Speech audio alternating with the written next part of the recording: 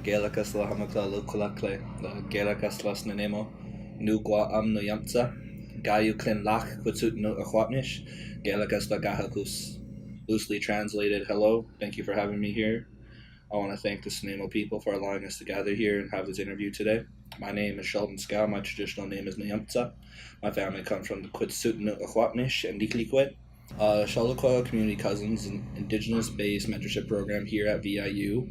We're here to support and uplift Indigenous students because a lot of us here at the post-secondary institution, it's a lot of barriers for us. We're a second family on campus. A lot of people are leaving their home communities miles and miles away for the first time, which can be very, very scary. So we're here just to be a familiar face, someone you can talk to, someone you can cry to, vent to, anything. Go grab a coffee, go for a bite to eat, or help you with your homework, as I found out last semester. The goal is to help develop leadership skills in our mentors, help them come out of their shells and realize finding their voice, because our voices are important, and a lot of us don't know that as young Indigenous people or Indigenous people in general. We're told that our thoughts don't matter, and we're told a lot of the time what we're supposed to think. But that's what we're trying to instill in our mentors, is that your voice matters, your opinion matters, and you're important, because not enough people know that. I knew nothing about my culture when I first came up here, and at the beginning of this video, I did protocol in Kwakwala, which is a big step for me as my family grew away from traditional stuff. Yes, I was given a traditional name at a very young age, but I grew up away from my community. I've never been back home since my family moved away. And the Community Cousins, this mentorship program, has shown me what it means to be proud to be Indigenous. And we have a couple elders affiliated with our program, which is just amazing for those who didn't grow up with it, to have an uncle and auntie to go up to and say, hey, I'm struggling, could you give me a little advice, please? And they do. They don't do it because they want money. They don't do it because they want anything in return. They do it because they want to help you. You see them when they first come in, and they're so shy, some of them, they're so quiet, and then they find their voices. There's too many examples to use, but so much growth in this program where so many community cousins found their self-value, where they learned to love themselves, because a lot of us don't know how to do that. I thought a lot about this, and I think about an elder that was associated with the First Nation Studies program I'm in, the late Uncle Ray. And something he taught us was SWL, which stands for Sit, Watch, Listen. And that's something that really stuck with me, because you're not really going to truly embrace something unless you sit and you watch and you listen, because so many people don't know how to do that nowadays.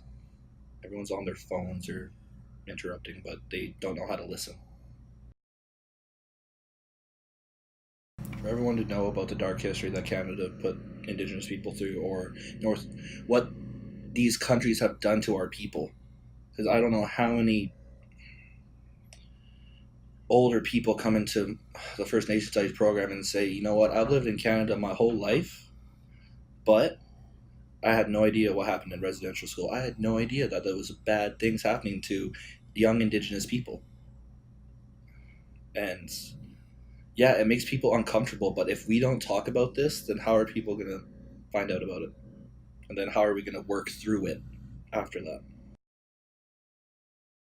Open-minded people, elders that are willing to work towards this goal, patience, of course, and then going back to Uncle Ray saying is SWL. You gotta sit, watch, and listen. I think about when we first started,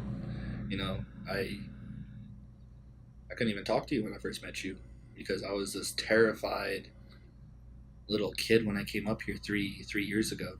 And through opening up to my fellow community cousins, I find out that, they are my family, and I can go to them for anything.